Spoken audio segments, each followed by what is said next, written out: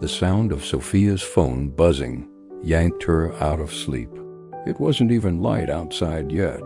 She grudgingly reached for it, only to be met with a flood of notifications, emails marked urgent, a reminder about a meeting she wasn't ready for, and a social media post that sent her spiraling.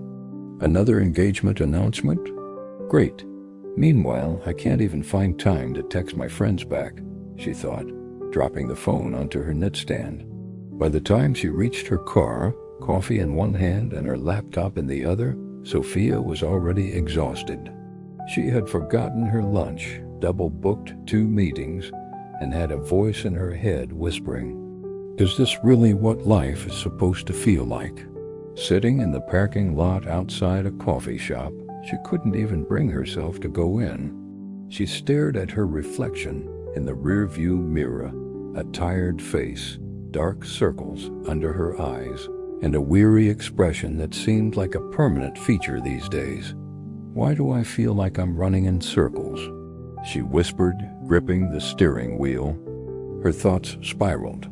I'm doing everything I'm supposed to, hustling, multitasking, staying busy. But for what? Why does it feel so empty?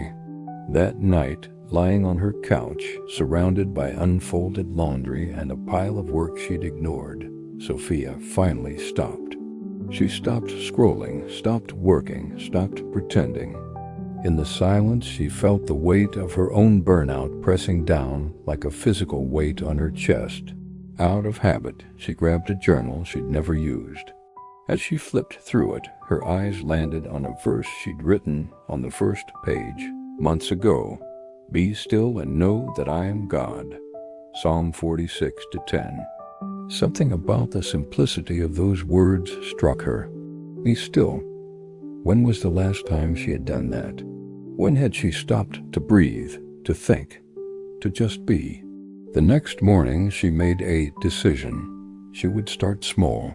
Before diving into her emails or to-do lists, she sat by her window with her journal. She asked herself one question: what truly matters today?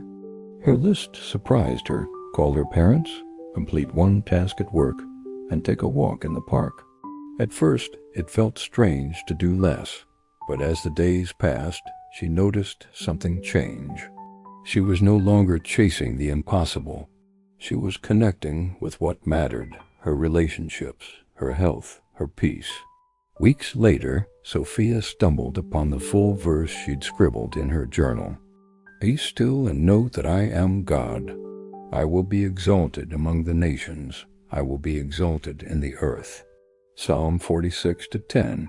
It dawned on her that purpose wasn't something she had to hustle to find. It wasn't about her accomplishments or her busyness. It was about trusting that she was part of a bigger plan, one that valued stillness as much as effort.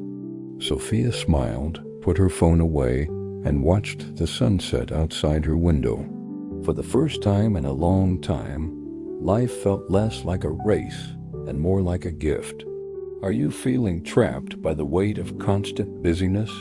Pause. Take a deep breath. Ask yourself, what truly matters today? Start small, one connection, one moment of stillness. Purpose isn't found in endless doing. It's discovered in simply being. Reflect on these words. Be still and know